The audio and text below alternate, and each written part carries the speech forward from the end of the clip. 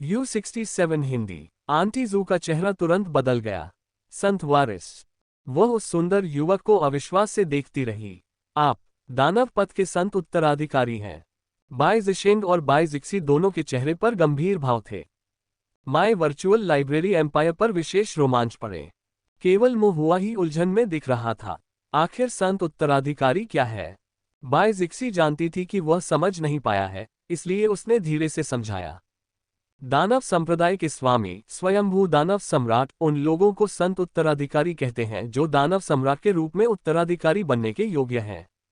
संत वारिस एक दूसरे के खिलाफ प्रतिस्पर्धा करते हैं और अंतिम विजेता अगला दानव सम्राट बन जाएगा। अधिकांश संत उत्तराधिकारियों के पास असाधारण वंश और प्रतिभाएं होती हैं और वे सबसे रूढ़िवादी दानव संप्रदाय साधना तकनीकों का अभ्यास करते हैं। अपनी कम उम्र के बावजूद दानव संप्रदाय में उनका दर्जा बेहद ऊंचा है।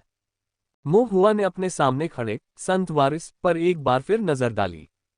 वह वास्तव में बुरा नहीं था, शायद 20 या उसके आसपास, और उसकी साधना पहले से ही बहुत अधिक थी, कम से कम फाउंडेशन स्थापना और संभवतः गोल्डन कोर भी। उसने गहरे लाल रंग के वस्त्र पहने हुए थे, उसकी त्वचा गोरी थी और उसका रूप सुंदर होते हुए भी राक्षसी था। उसकी पुतलियां ठंडी और घमंडी थीं और उसकी भौहों के बीच एक पुराना खून का धब्बा था। इस समूह में केवल इसी युवक की भौहों के बीच खून का धब्बा था। क्या ये किसी संत उत्तराधिकारी का चिन्ह हो सकता है? जैसे ही मुंह हुआ ने संत वारिस को देखा, संत वारिस भी उसकी ओर देख रहे थे। लियाओ तियांडे ने उसके कान में कुछ फुसफुसाया और संत वारिस ने मंद मंद मुस्कुराते हुए मुंह हुआ की ओर इशारा करते हुए कहा, ये बच्चा, इसे मेरे लिए छोड़ दो। बाई जिशेंग और अन्य लोग कुछ हद तक हैरान रह गए। मुंह हुआ और भी अधिक हैरान था, इस स्त्रीरूपी राक्षस ने उसे क्यों चुना और उसे पीछे क्यों रखना चाहा। चाची जू ने मुंह हुआ को अपने पीछे खींच लिया और दृढ़ता से कहा, हम बाई परिवार से हैं। मैं जानता हूं कि आप बाई परिवार से हैं। संत वारिस ने व्यंग्य करते हुए कहा, आप बाई परिवार से हैं और आपके बगल में जो भाई बहन हैं वे बाई परिवार के मूल वंश से हैं, इसलिए मैंने आपको कुछ सम्मान दिया। आप जा सकते हैं, लेकिन वह बच्चा, संत वारिस ने व्यंग्य करते हुए कहा, उसे पीछे ही रहना चाहिए। चाची जू ने भौहें चढ़ाईं, तुम चाहती हो कि मोहुआ पीछे रहे, किस लिए? कुछ खास नहीं। संत वारिस की आंखें महत्वाकांक्षा से भरी हुई थीं। मैं मिस्टर जुआंग से मिलना चाहता हूं, लेकिन मुझे कुछ मदद की जरूरत है, और यहाँ उनका छोटा शिष्य बिल्कुल सही है। मुंह हुआ को अंततः समझ में आ गया कि वे उसे उसके मालिक के विरुद्ध लाभ उठाने के लिए पकड़ना चाहते थे। बाई जिशेंग भी समझ गया और गुस्से से बोला, दानव, तुम्हारी हिम्मत मत करो। संत वारिस का चेहरा थोड़ा कांप रहा था, उनकी आंखों में क्रोध और क्रूरता साफ दिखाई दे रही थी। जब वह बड़ा हो गया था, तब किसी ने भी उसके सामने उसका अपमान करने की हिम्मत नहीं की थी। उसने बाई जिशेंग को विषैली नजर से देखा। बाई जिशेंग ने दृढ़ता और निडरता से उसकी नजरों का सामना किया। संत वारिस को कुछ आश्चर्य हुआ और उन्होंने सिर हिलाकर कहा, बाई परिवार के शिष्य होने के योग्य आप में कुछ साहस तो है ही। हालांकि ये कहते हुए वह अपनी आंखों में छिपी हत्या की मंशा को छिपा नहीं सका। Golden core stage fat Buddha ने ये देखा और कृपालुता से कहा, संत वारिस, मुझे आपके लिए इस बदमाश को मारने दो। संत वारिस न तो सहमत हुए और न ही असहमत, वे चुप रहे। दूसरी ओर एक दुबला पतला ताओवादी जिसका आधा चेहरा जला हुआ था, तीखे स्वर में बोला, भूतों के बुद्ध, अगर तुम चापलूसी करने वाले हो तो अपना दिमाग लगाओ। बाई परिवार के मुख्य वंशजों के पास अपना विशेष अनंत जीवन ऋण है। क्या तुम उन पर हमला करने और मौत की तलाश करने की हिम्मत रखते हो? मोटे बुद्ध का चेहरा क्रोध से कांप रहा था, फिर भी उनके चेहरे पर सदमा स्पष्ट दिखाई दे रहा था। एक विशेष अनंत जीवन ऋण। मुंह हुआ कुछ हद तक हैरान था। ये ऋण क्या था? उसने इसके बारे में कभी नहीं सुना था। आधे चेहरे वाला जला हुआ ताओवादी भूतों के बुद्ध का मजाक उड़ाना जारी रखता है। स्वर्गीय शून्य पूर्वजों और उससे ऊपर के लोगों द्वारा अपने व्यक्तिगत सच्चे सार का उपयोग करके निर्मित विशेष अनंत जीवन ऋण प्रत्यक्ष वंशजों की जीवन ऊर्जा में अंकित होता है। जब उन्हें प्राणघातक खतरे का सामना करना पड़ता है तो ये स्वचालित रूप से सक्रिय हो जाता है, सभी बाहरी शत्रुओं को मार देता है और वंशजों के अस्तित्व को सुनिश्चित करता है। यह उनका मृत्यु छूट टोकन है, एक बार का जीवन रक्षक। यह इन कुलीन कुलों के प्रत्यक्ष वंशजों के लिए अतिरिक्त जीवन है। अन्यथा कुल के बुजुर्ग अपने असाधारण प्रतिभाशाली और असाधारण वंशजों को बाहर जाकर खुद को संयमित करने की हिम्मत क्यों देते? दुबले पतले ताओवादी ने भूतों के बुद्ध को घृणा से देखा। मैं इतने लंबे समय से जीवित हूं और मैंने कभी नहीं देखा कि यह विशेष अनंत जीवन रून कैसा दिखता है। आप एक कदम क्यों नहीं उठाते और इन दो युवा साधकों को अपने रून दिखाने के लिए मजबूर करते हैं ताकि मैं भी एक झलक पा सकूं। भूतों के बुद्ध का चेहरा बारी बारी से हरा और सफेद हो गया। चाल चले, अपनी मां की चाल चलो। यदि इसमें स्वर्ग शून्य पूर्वज के साधन शामिल हों जो सभी बाहरी शत्रुओं को मारने में सक्षम है, तो क्या मेरा कार्य निश्चित मृत्यु को आमंत्रित करने वाला नहीं होगा? अरे, भूतों का बुद्ध भीतर ही भीतर उबल रहा था। वह आधे रास्ते में ही मार्ग में शामिल हो गया था, मनुष्यों का भोजन करके राक्षस बन गया था और उसका वंश शुद्ध नहीं था। यही कारण है कि वह इन उच्च स्तरीय साधना ज्ञान से पूरी तरह अनभिज्ञ था। विशेष अनंत जीवन रून, स्वर्ग शून्य पूर्वज, ये ऐसी चीजें थीं जिनके बारे में उसने पहले कभी नहीं सुना था। अब उसने ध्यान आकर्षित करने की कोशिश में स्वयं को मूर्ख बना लिया था। और संत वारिस के सामने क्रोधित बुद्ध ने ताओवादी को विषैली दृष्टि से देखा। ताओवादी गर्व से उपहास करता रहा। वे दोनों ही स्वर्णकोर महान दानव साधक थे और यदि वे एक साथ नहीं आए होते तो उन्हें अपने आप में पूर्वज माना जाता जिनके पास अपार अधिकार होता। स्वाभाविक रूप से कोई भी दूसरे के अधीन नहीं होना चाहता था। संत वारिस की आंखें ठंडी और उदासीन थीं क्योंकि उनके विचार घूम रहे थे। ताओवादी गलत नहीं था। एक और वह बाय परिवार से सावधान था, इसलिए उसने भाई बहनों के खिलाफ कोई कदम उठाने की हिम्मत नहीं की। बाय परिवार एक विशाल संस्था थी। ये दोनों युवा साधक बाय परिवार के प्रत्यक्ष मूल वंश से थे और उन पर हमला करने से बाय परिवार सीधे तौर पर भड़क उठता। यद्यपि वह एक दानवपद संत उत्तराधिकारी था, तथापि उसे कोई बड़ा लाभ नहीं था। फिर भी उसने ऐसा दुर्जय शत्रु बनाने की कोई आवश्यकता नहीं समझी। दूसरी ओर वह वास्तव में विशेष अनंत जीवन रून से डरता था। उस रून के रहते वह भाई बहनों को कुछ नहीं कर सकता था। इसलिए एकमात्र व्यक्ति जिसे वह वास्तव में लक्ष्य कर सकता था और एकमात्र व्यक्ति जिसका उपयोग वह लाभ उठाने के लिए कर सकता था, वह था बिना किसी शक्ति, पृष्ठभूमि, समर्थन के एक बुरे आध्यात्मिक मूल, कमजोर साधना के साथ उसकी रक्षा करने के लिए विशेष अनंत जीवन रून के बिना, जो श्री जुआंग का प्रत्यक्ष शिष्य भी था, मोह हुआ। संत वारिस ने बाई जिशिंग और उसके साथी की ओर देखा। मैं तुम्हें परेशान नहीं करूंगा।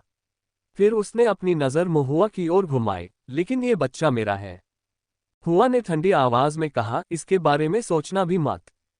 चाची जू ने भी गहरी आवाज में कहा, बाय परिवार के बुजुर्ग पास में हैं, इसलिए कृपया संत वारिस जैसा आप उचित समझे वैसा करें। संत वारिस ने धूर्तता से मुस्कुराते हुए कहा, ऐसा मत करो जैसे कि मैं नहीं जानता। अधोलोक की स्वर्गीय तंत्र मोहर स्वर्गीय रहस्य को स्पष्ट कर देती है और कारण और प्रभाव को बंद कर देती है, जिससे ये स्थान कुछ समय के लिए बाहरी दुनिया से अलग हो जाता है। तुम्हारे बाई परिवार को नहीं पता और ताओवादी दरबार के मूर्ख तो और भी ज्यादा अनजान हैं। चाची जू को अपने दिल में ठंडक महसूस हुई। उनका चेहरा पानी की तरह स्थिर था। जैसी कि उम्मीद थी, सब कुछ पूरी तरह से गणना कर लिया गया था। संत वारिस भी और अधिक शब्द बर्बाद नहीं करना चाहते थे और अपने हाथ की एक सहज लहर के साथ उनके पीछे कुछ गोल्डन कोर दानव साधक भूत की तरह बाहर निकले और मोहुआ को पकड़ने के लिए उसकी ओर बढ़े। सामने वाली साधिका एक बेहद आकर्षक साधिका थी जिसके नुकीले दांत और मनमोहक और मायावी चाल ढाल थी। कुछ ही सांसों में वह महुआ और बाकियों के पास पहुंच गई। उससे रूजा और पाउडर की तीव्र और तीखी गंध आ रही थी। चाची जू तनाव में आ गईं। उन्होंने अपने दांत पीस लिए और अपनी निगाहें एक जगह केंद्रित कर लीं। उसकी आंखें 7 रंगों वाली किरणों के नृत्य से झिलमिला रही थीं। दानव पद महिला साधक ने आंटी जू से आंखें मिलाईं और एक क्षण के लिए ठिठक गई। फिर अपनी दुष्ट शक्ति के प्रभाव से वह मुस्कुराई। उसकी आंखें लाल हो गईं और घुमावदार रक्त वाहिकाएं दिखाई देने लगीं। आंटी जू की आंखों की चमक फीकी पड़ गई और वह कई कदम पीछे हट गईं और मुंह से ताज़ा खून थूक दिया। दानव पद की महिला साधिका ने हंसते हुए कहा, आपने फाउंडेशन स्थापना के अंतिम चरण में एक स्वर्ण कोर के विरुद्ध भ्रम तकनीक का उपयोग करने का साहस किया। क्या आपको प्रतिक्रिया का डर नहीं है? आंटी जू का चेहरा पीला पड़ गया, लेकिन वह हताश भी दिख रही थी। फाउंडेशन एस्टेब्लिशमेंट और गोल्डन कोर के बीच बहुत बड़ा अंतर है। भले ही उसकी भ्रम तकनीक उत्कृष्ट हो, लेकिन यह उसे मेल नहीं बनाती। शेष गोल्डन कोर दानव साधकों ने महुआ पर हमला किया, लेकिन बाई जिशिंग ने उन्हें रोक दिया, जिन्होंने एक लंबा भाला लहराया। फिर भी बाई जिशेंग, जो अभी भी केवल क्यूई शोधन में था, ने भव्य भाला पकड़ रखा था जिसे एक दानव साधक की 2 अंगुलियों ने आसानी से पकड़ लिया था। फिर एक हल्के झटके से भाला उड़ गया। बाई जिशेंग ने बिना डरे खाली हाथों से आगे बढ़कर यह निश्चय किया कि वे मोहुआ को पकड़ नहीं पाएंगे। कुछ गोल्डन कोर दानव साधक तिरस्कारपूर्ण लग रहे थे, लेकिन उन्होंने विशेष अनंत जीवन रून को सक्रिय करने के डर से बाई जिशेंग पर हमला करने की हिम्मत नहीं की, इसलिए वे इस नाटक में केवल उसका मनोरंजन कर सकते थे। आकर्षक महिला साधक ने अवसर का लाभ उठाते हुए 5 लाल लंबे नाखूनों वाला एक पीला हाथ मोहुआ की ओर बढ़ाया। आकर्षक महिला साधक स्वर्ण कोर पर थी, जबकि मोहुआ केवल क्यूई शोधन पर थी। चाहे उसका जल पारगमन कदम कितना भी उत्कृष्ट क्यों न हो, वह इससे बच नहीं सकता था। तभी बाई जिक्सी मोहुआ के सामने आ गई और उसे रोक दिया। महिला साधक की अभिव्यक्ति सघन हो गई और टीएस के साथ उसने बलपूर्वक अपना हमला रोक दिया। उसके लाल नाखून बाई जिक्सी के सामने रुक गए। बहन, मोहुआ आश्चर्यचकित रह गया, उसकी भावनाएं जटिल हो गईं और वह बुदबुदाया। बाई जिक्सी ने बस इतना कहा, मैं आपकी बहन हूं। मैंने मास्टर से वादा किया था कि मैं आपकी अच्छी देखभाल करूंगी। आकर्षक महिला किसान ने तिरस्कारपूर्वक उपहास किया। संत वारिस ने आश्चर्य से अपना चेहरा दिखाया। उसके सामने जो दृश्य सामने आया वह उसकी अपेक्षाओं से कहीं अधिक था।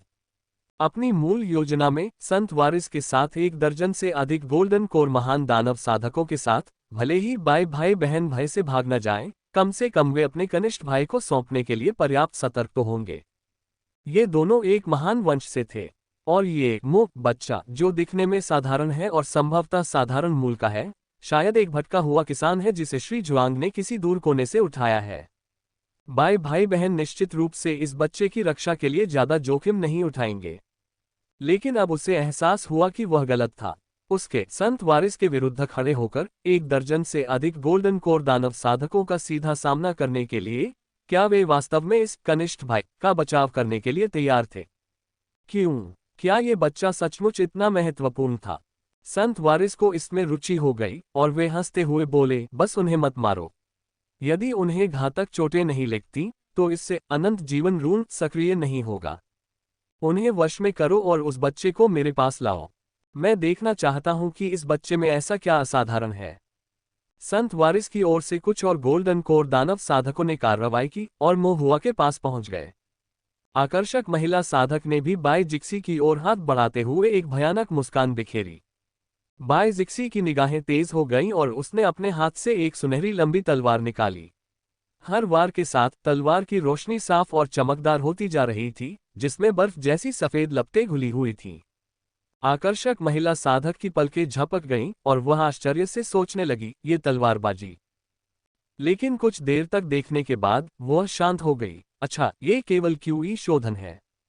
उसने ध्यान केंद्रित किया, उसके पंजों से रक्त क्यों निकल रहा था, जिसने बाई जिक्सी की सुनहरी और सफेद उग्र तलवारबाजी को भंग कर दिया, और फिर बाई जिक्सी को दरकिनार करते हुए वह उसके ठीक पीछे मोहुआ की ओर पहुंच गई। उस समय बाई जिक्सी ने अपने दांतों को भींच लिया, तलवार की नोक को अपने हृदय की रेखा पर इंगित करने के लिए उलट दिया। यह आत्महत्या करने की मंशा रखने वाले किसी व्यक्ति की मुद्रा थी। आकर्षक महिला साधक रुक गई और अपनी गति रोक दी। दूर बैठे संत वारिस अचंभित रह गए, फिर हंसते हुए बोले, क्या तुम पागल हो गई हो, लड़की? माय वर्चुअल लाइब्रेरी एम्पायर में छिपी कहानियां खोजें। लेकिन धीरे धीरे जब उसे समझ आने लगी तो वह अपनी हंसी रोक नहीं सका। सिर्फ संत वारिस ही नहीं, अन्य गोल्डन कोर दानव साधकों को भी इसका एहसास हुआ। उनके चेहरे पर आश्चर्य प्रकट हुआ। संत वारिस के चेहरे की मुस्कान फीकी पड़ गई, उनकी अभिव्यक्ति गंभीर हो गई और उन्होंने कहा, आप ऐसा नहीं करेंगे। आप स्वयं अनंत जीवन रून को सक्रिय करने के बारे में नहीं सोच रहे होंगे, है न? मोहुआ के सामने खड़े होकर बाई जिक्सी की ठंडी निगाहों ने संदेश दिया, जो कोई भी उसे छुएगा उससे मरना होगा। संत वारिस काफी देर तक स्तब्ध खड़े रहे, फिर उन्होंने अंततः धीरे से अपना सिर हिलाया और अविश्वास में हंसते हुए कहा, मुझे विश्वास नहीं हो रहा है। अनंत जीवन रून कितना कीमती है, मुझे विश्वास नहीं है कि आप इसे स्वयं सक्रिय करने के लिए तैयार होंगे। एक कुलीन कुल के शिष्य के रूप में अपने अनंत जीवन रून को खोने का क्या अर्थ है? मुझे लगता है कि आप मुझसे बेहतर जानते हैं। क्या आप स्वयं अनंत जीवन रून को सक्रिय करेंगे? मुझे विश्वास नहीं हो रहा। संत वारिस की निगाहें बर्फीली हो गईं और उन्होंने आदेश दिया, उस बच्चे को पकड़ो। कुछ गोल्डन कोर दानव साधक एक क्षण के लिए हिचकिचाए, लेकिन फिर भी महुआ तक पहुंचने के लिए प्रयास करते रहे। बाय जिक्सी की चमकदार निगाहों में दृढ़ संकल्प और दृढ़ता का आभास प्रकट हुआ। ये रूप देखकर संत वारिस तुरंत समझ गए और तुरंत ही एक अविश्वसनीय आश्चर्य और भय से भर गए। असंभव! बाय जिक्सी ने अपनी तलवार को अपने नाजुक हाथों में जकड़ लिया और उसे जोर से अपने दिल की ओर ले गई। ये वार एक तलवार क्यूई द्वारा किया गया, जो मरने के संकल्प के साथ किया गया था, फिर भी यह उसके सीने से एक बाल की दूरी पर रुक गया। बाय जिक्सी के शरीर पर अचानक सुनहरी रोशनी की एक परत उभर आई। उसकी भौहों के बीच एक उज्ज्वल और पवित्र रून का आकार बन गया। ये रून, जिसे स्वयं स्वर्ग शून्य पूर्वज ने तैयार किया था, स्वर्ग तक पहुंचने वाला रून था, विशेष शाश्वत जीवन रून, जिसे स्पष्ट रूप से यह सुनिश्चित करने के लिए बनाया गया था कि एक कुलीन कुल के प्रत्यक्ष वंशज मृत्यु को प्राप्त न हो। व्यक्तिगत अनंत जीवन रून। उपस्थित सभी दानव साधकों के चेहरे पर घोर आश्चर्य के भाव थे। वे मृत्यु के समान पीले पड़ गए थे, अपने जीवन के लिए भागने के लिए संघर्ष कर रहे थे, फिर भी बाय जिक्सी के पीछे एक विशाल स्वर्ण शरीर धर्मचरण पहले से ही प्रकट हो चुका था। वह एक बुजुर्ग व्यक्ति था जिसका चेहरा अस्पष्ट था, लेकिन उनसे निकलने वाली आध्यात्मिक शक्ति एक विशाल महासागर की तरह बह रही थी। उनकी सुनहरी चमक सूर्य को ढक रही थी और आकाश को ढक रही थी। ईश्वर का शोधन और शून्यता, स्वर्ग शून्य धर्मचरण की ओर वापसी। स्वर्ग और पृथ्वी के बीच मानो महान दाव की गंभीर ध्वनियां गूंज रही हो, एक आदेशात्मक और कांपती हुई आवाज गूंजी। मेरे वंशज को धमकाने की हिम्मत कौन करता है? धर्मचरण ने बाय जिक्सी की मंशा का पालन करते हुए उसकी रक्षा की। बाय जिक्सी की आंखों की रोशनी बदल गई और एक नाजुक उंगली को आगे की ओर इंगित करते हुए वह तीखी आवाज में बोली, मारना। उस क्षण 10 से अधिक स्वर्ण कोर महान दानव साधक, जो सभी एक समय अपने आप में प्रमुख थे, अब पूरी तरह से कांप रहे थे, भयभीत थे, मानो वे मात्र चींटियां हों। ताओवादी का आधा चेहरा झुलस गया था और वह किसी भी चीज से अधिक अपने मुंह को टुकड़े टुकड़े करने की इच्छा रखता था। स्माइलिंग फेस कैजुअल डेट बस एक क्लिक दूर है। आज ही साइन अप करें और अपने क्षेत्र की महिलाओं से मिलना शुरू करें। भविष्य सूचक शब्द। मैंने अभी अभी बोलना समाप्त किया था और धिक्कार है, मैंने सचमुच अनंत जीवन रून को देख लिया है। आखिर मेरा मुंह इतना सस्ता क्यों है? जीवन मरण के संकट में एक धागे से लटका हुआ स्वर्ण कोर दानव साधकों का समूह पक्षियों और जानवरों की तरह बिखर गया। वे अपने जीवन के लिए बेताब होकर भाग रहे थे, लेकिन वे धर्मचरण की पकड़ से बच नहीं सके। बाय जिक्सी के स्पष्ट और तीखे आदेश, मार डालो, के साथ धर्मचरण, राजसी और अलग ने एक उंगली उठाए। एक गोल्डन कोर दानव कल्टीवेटर बिना किसी चेतावनी के तुरंत विस्फोट से मर गया। अन्य दानव साधक और भी अधिक भयभीत हो गए, उनकी आत्माएं लगभग बिखरने लगीं। फिर धर्मचरण ने फिर से इशारा किया, एक और दानव साधक विस्फोटित हो गया और मर गया, और एक और नुकीली उंगली के साथ एक और साधक का अंत हो गया, जो रक्त धुंध के कुंड में बदल गया। कुछ ही क्षणों में लगातार 5 गोल्डन कोर दानव साधकों को हिंसक रूप से मार दिया गया, और फिर क्षितिज पर काले बादल छा गए। एक भयानक उतार चढ़ाव आ रहा था। बाय जिक्सी की आंखों में अफसोस की झलक थी, लेकिन महुआ का दिल कांप उठा। क्या ये स्वर्गीय दाव थंडर सजा थी? काले बादल घिर आए और आकाश से एक लाल वज्रपात हुआ, जो क्षण भर में आ गिरा और स्वर्ण शरीर धर्मचरण को मिटा दिया, तथा कोई निशान भी नहीं छोड़ा। स्वर्गीय शून्य क्षेत्र का धर्मचरण पहले ही स्वर्गीय ताओ की तृतीय श्रेणी राज्य सीमा की डोमेन सीमाओं को पार कर चुका था। स्वाभाविक रूप से ये वज्र दंड द्वारा उन्मूलन के भाग्य से बच नहीं सका। ये सब कुछ पलक झपकते ही घटित हो गया। धर्मचरण प्रकट हुआ और कुछ ही क्षणों में इसने 5 स्वर्ण कोर महान दानव साधकों को मार डाला, और कुछ ही समय में ये वज्र दंड द्वारा नष्ट कर दिया गया। महुआ ने केवल धर्मचरण का आविर्भाव देखा, दानव साधकों का विस्फोट, वज्रदंड का उतरना और फिर गायब होना। लेकिन इस बार वज्र का दंड उस पर नहीं पड़ा। अतः पलक झपकते ही उसके पास बारीकी से निरीक्षण करने का समय नहीं था। नहीं उसने कोई गठन पैटर्न देखा, केवल ग्रैंड दाव की उस परिचित और भयावह मौन विनाश शक्ति से हिल गया। ये सचमुच सब कुछ मिटाने में सक्षम लग रहा था, यहाँ तक कि धर्मचरण भी इसका अपवाद नहीं था। इस समय पहाड़ों पर मौत जैसी शांति थी। किसी ने भी यह उम्मीद नहीं की थी कि बाय जिक्सी वास्तव में अपने व्यक्तिगत अनंत जीवन रून को स्वयं सक्रिय करने में सक्षम होगी, और वास्तव में ऐसा करने का साहस भी करेगी। वह अनंत जीवन रून था, है ना? संत वारिस इतनी दूर थे कि उन पर इसका कोई असर नहीं पड़ा, लेकिन उनके हृदय में सदमे और क्रोध का मिश्रण था। इस लड़की की हिम्मत कैसे हुई? 5 स्वर्णिम कोर दानव साधक तुरंत मारे गए। लौटने पर वह इसका स्पष्टीकरण कैसे देता? संत वारिस की अभिव्यक्ति गुस्से से भरी थी जब उन्होंने बाइजिक्सी की ओर देखा, लेकिन जैसे ही उन्होंने ऐसा किया, वह अचानक ठिठक गए। अपने व्यक्तिगत अनंत जीवन रून से प्रेरित होकर बाइजिक्सी का ये रोन फीका पड़ गया, जिससे उसका असली रूप सामने आ गया। त्वचा मलाईदार जैद की तरह, आंखें चमकते सितारों की तरह। अपनी छोटी उम्र के बावजूद उसका चेहरा बेहद खूबसूरत और दोषरहित था। उसकी त्वचा बर्फ की तरह और हड्डियां जैद की तरह थीं। उसकी निगाहें बर्फ और हिम की तरह ठंडी और स्पष्ट थीं, जिसमें असाधारण सुंदरता और भव्यता थी। वहां उपस्थित सभी लोग हौंफ रहे थे, सांस लेने की हिम्मत नहीं हो रही थी। तुलना करने पर उन्हें शर्म भी महसूस हुई। दानव पथ के संत वारिस अवाक रह गए। वह स्वयं एक सुंदर व्यक्ति था और उसने कई सुंदर स्त्रियां देखी थीं, लेकिन अपने जीवन में उसने पहले कभी किसी को इतना अविश्वसनीय रूप से सुंदर, इतना लुभावना नहीं देखा था। और यह सिर्फ उसकी सुंदरता नहीं थी, वह भयावह आचरण, जीवन और मृत्यु की परवाह न करने का साहस, दृढ़ निश्चय, उसकी अद्भुत सुंदरता और उसकी बर्फीली निगाहों की ठंडी स्पष्टता, सब मिलकर एक हो गए। संत वारिस को ऐसा महसूस हुआ कि उसका हृदय कांप उठा और वह सिहर उठे। लेकिन कुछ ही देर बाद उसका चेहरा फिर से बर्फ जैसा ठंडा हो गया। उसने मोहुआ को देखा, जिसे बाइजिक्सी अपने पीछे सुरक्षित रख रही थी। अनंत जीवन रून की सुनहरी रोशनी के अवशेष उन दोनों पर छाए हुए थे। उनकी आंखें आपसी समझ को व्यक्त कर रही थीं, मानो सुनहरे लड़के और जैद लड़की की एक आदर्श जोड़ी हो। किसी कारणवश उसके हृदय में तीव्र ईर्ष्या उत्पन्न हो गई। उस बदमाश को अवश्य ही पकड़ लिया जाना चाहिए, और फिर उसे अवश्य ही मरना चाहिए। ईर्ष्या ने संत वारिस को होश में ला दिया। 10 से अधिक स्वर्ण कोर दानव साधकों में से अब 5 मर चुके थे तथा 8 शेष बचे थे। यद्यपि नुकसान बहुत अधिक था, फिर भी ये पर्याप्त था।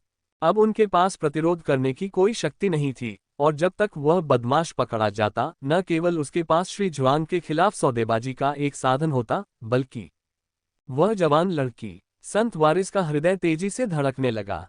लेकिन फिर कुछ ही क्षण बाद उसे अचानक कुछ गड़बड़ का एहसास हुआ। उसे अपने निकट किसी और की उपस्थिति का एहसास हुआ। संत वारिस ने अपना सिर घुमाया और देखा कि उनके बगल में एक युवा व्यक्ति खड़ा है, जिसकी आंखें तारों भरी थीं और भौहें तलवारों के आकार की थीं। ये बाइजिशिंग थी। माय वर्चुअल लाइब्रेरी एम्पायर पर कहानियां खोजें। किसी तरह बाइजिशिंग ने उसके ध्यान भटकने के क्षण का फायदा उठाया और किसी का ध्यान न आते हुए उसके पास पहुंच गया। उसने बिना किसी हिचकिचाहट के अपने दिल पर निशाना साधते हुए एक खंजर उठाया और विशैले स्वर में कहा, मर जाओ बेकार संत वारिस। संत वारिस की गणना अचानक रुक गई और उनकी आंखों में एक बार फिर से भारी भय उभर आया। जैसे ही सुनहरी रोशनी चमकी, खंजर बाइजिशिंग की छाती के सामने रुक गया। एक और अनंत जीवन रून प्रकट हुआ। दाली पर्वत से स्वर्णिम आध्यात्मिक शक्ति का एक और विशाल उभार प्रकट हुआ, जिसने आकाश को भेद दिया और पृथ्वी को हिला दिया। स्वर्ग और पृथ्वी के बीच एक और स्वर्ण शरीर धर्मचरण साकार हुआ। जैसे ही स्वर्ण शरीर धर्मचरण प्रकट हुआ, आध्यात्मिक शक्ति उमड़ पड़ी। उसकी आभा अद्वितीय थी। न तो दुख और न ही हर्ष के भाव के साथ उस स्वर्ण आकृति ने भयभीत संत वारिस की ओर उंगली उठाई। उस एक उंगली के नीचे इसकी शक्ति आश्चर्यजनक थी। बल के प्रभाव से संत वारिस का चेहरा विकृत हो गया, उसके अंग धीरे धीरे टूटने लगे, उसका मांस और रक्त धीरे धीरे धुंधलाने लगा। लेकिन एक क्षण में ही वह अपनी मूल अवस्था में वापस आ गया, बिना किसी नुकसान के। उसके माथे पर खून का एक निशान चमक रहा था, जिससे गहरी और काली चमक निकल रही थी। इसके साथ ही संत हेर के पीछे एक विशाल रक्तरंजित आकृति उभरी। यह आकृति दूषित रक्त में लथपथ रक्तरंजित व्यक्ति की तरह थी, जिसमें प्राण ऊर्जा उमड़ रही थी। आत्मा को छीन लेने वाली इसकी दमनकारी शक्ति भयावह थी। यह एक खूनी धर्मचरण था। ये दानव पथ से आए एक पूर्वज की स्वर्ग शून्य रक्त छाया थी। ये भी एक रून था, एक शक्तिशाली जीवन रक्षक ताबीज, विशेष अनंत जीवन रून के समान। बाइजिशिंग ने संत वारिस की व्याकुलता का लाभ उठाया, चुपके से संपर्क किया, फिर अपने विशेष अनंत जीवन रून को आत्मविनाश कर दिया। स्वर्ण शरीर धर्मचरण को ट्रिगर किया। इस दानव पथ संत वारिस को पूरी तरह से नष्ट करने की इच्छा। और धर्मचरण के एक बिंदु पर संत उत्तराधिकारी मृत्यु के कगार पर थे। संत वारिस के माथे पर जीवन रक्षक रून को भी बलपूर्वक सक्रिय कर दिया गया। जिससे स्वर्ण शरीर धर्मचरण से मुकाबला हुआ और उनकी जान बच गई। एक जीवन दूसरे जीवन के लिए, एक रून के बदले दूसरा रून। दाली पर्वत में धर्मी दाव के स्वर्ण शरीर धर्मचरण का राक्षस पथ के रक्तमय धर्मचरण से टकराव हुआ, उंगली से हथेली तक, जिससे स्वर्ग चकनाचूर हो गया और पृथ्वी विभाजित हो गई। स्वर्णिम और रक्तिम आध्यात्मिक शक्तियां पूरे देश में फैल गईं। पर्वत चोटियां टूट गईं, वनस्पतियां उखड़ गईं, धरती और पत्थर धूल में बदल गए और राक्षस जानवरों को इसके परिणाम भुगतने पड़े, वे राख में बदल गए। बाय जिक्सी अभी भी मोहुआ के सामने खड़ी थी। अनंत जीवन रून की स्थायी शक्ति ने बाय जिक्सी के इरादे का अनुसरण किया और मोहुआ और चाची जू दोनों की रक्षा की। मोहुआ पर इसका कोई असर नहीं पड़ा। वह वहीं स्तब्ध खड़ा दो धर्म चरणों के टकराव को देख रहा था। उसका हृदय अकथनीय आघात से भर गया था। ये है एक सच्चे साधक की शक्ति, पहाड़ों और समुद्रों को हिलाना, आकाश को नष्ट करना और पृथ्वी को मिटा देना। यही सच्ची साधना है जो स्वर्ग और पृथ्वी तक पहुंचती है। स्वर्ग शून्य क्षेत्र। मोहुआ की आंखों में आश्चर्य और लालसा दोनों थे और वह अपने छोटे हाथों को कसने से खुद को नहीं रोक सका। एक दिन उसके पास भी आकाश और पृथ्वी को उल्टने की शक्ति होगी। अपने हाथ के एक झटके से आकाश को ढक लेता है, अपने हाथ के एक झटके से जमीन को समतल कर लेता है। फिर कोई भी उसके मालिक के खिलाफ साजिश रचने की हिम्मत नहीं करेगा, कोई भी उसके छोटे भाई बहन को धमकाने की हिम्मत नहीं करेगा, कोई भी उन लोगों को नुकसान पहुंचाने की हिम्मत नहीं करेगा जिन्हें वह प्यार करता था। अल्पविराम। धर्म चरणों के बीच संघर्ष क्षणिक था, फिर भी इसने स्वर्ग और पृथ्वी को हिलाकर रख दिया। कुछ ही देर बाद आसमान में गरजते बादल फिर छा गए। स्वर्गीय विपत्ति दूसरी बार उतरी। लाल रंग की क्लेश बिजली ठंडे रोश के साथ आकाश से गिरी, जिसका उद्देश्य धर्मी दाव स्वर्ण शरीर धर्मचरण और दानव पथ खूनी धर्मचरण दोनों का सफाया करना था। सब कुछ एक बार फिर शांत हो गया। अल्पविराम। लेकिन उससे पहले, जब पहला अनंत जीवन रून टूट गया, यहाँ के स्वर्गीय रहस्य पहले ही विचलित हो चुके थे। क्लेश की बिजली से अधोलोक की स्वर्गीय तंत्र मुहर नष्ट हो गई और स्वर्गीय रहस्य बाहर आ गए, जिससे कारण और प्रभाव का पता चला। स्वर्ण शरीर धर्मचरण द्वारा उत्पन्न आध्यात्मिक शक्ति में जबरदस्त उतार चढ़ाव भी दाली पर्वत से फैल गया, जिससे दूर दूर तक साधक उत्तेजित हो गए। 1000 मील दूर लियुवान शहर में एक अधेड़ उम्र के श्वेत वस्त्रधारी साधक ने पहले विशेष अनंत जीवन रून के टूटने का आभास किया और साथ ही स्वर्ग शून्य क्षेत्र के धर्म चरण में उतार चढ़ाव भी महसूस किया। उसका हृदय कांप उठा। क्षण भर के लिए असावधान होकर उसने अपने हाथ में चाय के प्याले को चूर्ण चूर्ण कर दिया। विशेष अनंत जीवन रून टूट गया, टूट गया। यद्यपि वह एक दिवंगत जिंदान चरण के साधक थे और 200 वर्षों तक उच्च पद पर आसीन रहे थे, फिर भी उनका परिष्कृत आचरण उनके चेहरे को तुरंत पीला पड़ने से नहीं रोक सका। वह लियुवान शहर के ताओवादी न्यायालय के दरबारी नेता थे। लियुवान शहर संपूर्ण दाली पर्वत राज्य सीमा में सबसे बड़ा अमर शहर है और लियुवान शहर का ताओवादी न्यायालय सबसे बड़ा है, जिसमें सबसे अधिक साधक हैं और पूरे दाली पर्वत राज्य की सीमा में सर्वोच्च प्राधिकारी है। न्यायालय के नेता के रूप में वह संपूर्ण दाली पर्वतीय राज्य सीमा की सुरक्षा के लिए जिम्मेदार थे। जितनी अधिक शक्ति उतनी अधिक जिम्मेदारी। लेकिन अब इसी क्षण, जब वह केवल चाय पी रहा था, बिना किसी चेतावनी के उसने स्वर्ग शून्य धर्म चरण के उतार चढ़ाव को महसूस किया था। और यह कि एक विशेष अनंत जीवन रून टूट गया था। श्वेत वस्त्रधारी किसान को अपने हृदय में ठंडक और मुंह में कड़वाहट महसूस हुई। किस कुलीन कुल का बहुमूल्य उत्तराधिकारी दाली पर्वत पर खेलने आया और गलती से अपने ही अनंत जीवन रून को तोड़ दिया। एक विशेष अनंत जीवन रून। क्या यह एक साधारण ताबीज है? जो लोग एक विशेष अनंत जीवन रून लगाते हैं, क्या वे एक साधारण परिवार से हो सकते हैं? और कोई व्यक्ति जिसे विशेष अनंत जीवन रून प्राप्त करने की अनुमति है, क्या वह एक साधारण शिष्य हो सकता है? जीवन मरण के संकट के बिना क्या एक विशेष अनंत जीवन रून टूट सकता है? इसका तात्पर्य क्या है? इसका तात्पर्य यह है कि दाली माउंटेन राज्य की सीमा के भीतर गंभीर सुरक्षा मुद्दे हैं। यदि कोई मुद्दा उठता है, तो पूरे राज्य की सीमा के लिए जिम्मेदार न्यायालय अधिकारी के रूप में उन्हें निश्चित रूप से जवाबदेह ठहराया जाएगा। उसके सिर पर एक काले लोहे का बोझ था, एक बर्तन नहीं, लेकिन फिर भी कुछ ऐसा जो उसकी जिम्मेदारी बन गया।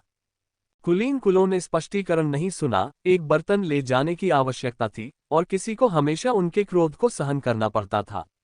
ये तो महज अनंत जीवन रून का विध्वंस था। यदि अनंत जीवन रून प्राप्त करने वाले मूल्यवान उत्तराधिकारी के साथ कोई दुर्घटना हो जाए, श्वेत वस्त्रधारी साधक का चेहरा पीला पड़ गया और वह तुरंत खड़ा होकर आदेश देते हुए बोला, कोई तो आओ। एक प्रवर्तन नेता ने प्रवेश किया, झुककर पूछा, न्यायालय नेता को क्या निर्देश है? श्वेत वस्त्रधारी साधक ने आध्यात्मिक शक्ति के उतार चढ़ाव की दिशा में देखा, दाली पर्वत राज्य की सीमा की संरचना पर विचार किया, और कुछ देर तक विचार करने के बाद उसे स्पष्ट रूप से एक स्थान याद आया। ली माउंटेन सिटी। ली माउंटेन सिटी के ताओवादी न्यायालय को संदेश भेजो, पूछो कि वहां क्या हुआ। हाँ। प्रवर्तन नेता आदेश देने के लिए चले गए और थोड़ी देर बाद वापस आए। उनकी अभिव्यक्ति गंभीर थी। कोर्ट लीडर, ली माउंटेन सिटी से कोई जवाब नहीं आया। सफेद वस्त्रधारी किसान ने भौहें चढ़ाई, कोई जवाब नहीं। क्रोध से भरकर उसने धिक्कारते हुए कहा, कर्तव्य के प्रति लापरवाही। इतनी लापरवाही और लापरवाही की। श्वेत वस्त्रधारी किसान अचानक रुक गया, उसके हृदय में ठंडक दौड़ गई।